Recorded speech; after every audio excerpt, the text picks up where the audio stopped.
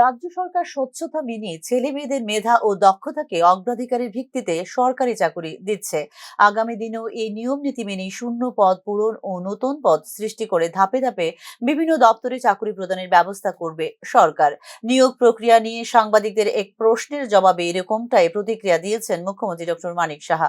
ত্রিপুরা সরকারের উপর বেকারদের ভরসা আছে, কিন্তু স্বার্থান্বেষী মহল বেকারদের বিভ্রান্ত করার চেষ্টা করছে।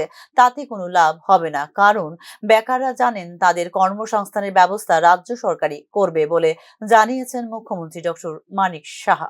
তারা খুব ভালো করে জানে এবং তাদের পুরো বিশ্বাস আছে এই সরকারের উপরে, ভারতীয় জনতা পার্টির নেতৃত্বাধীন সরকারের উপরে।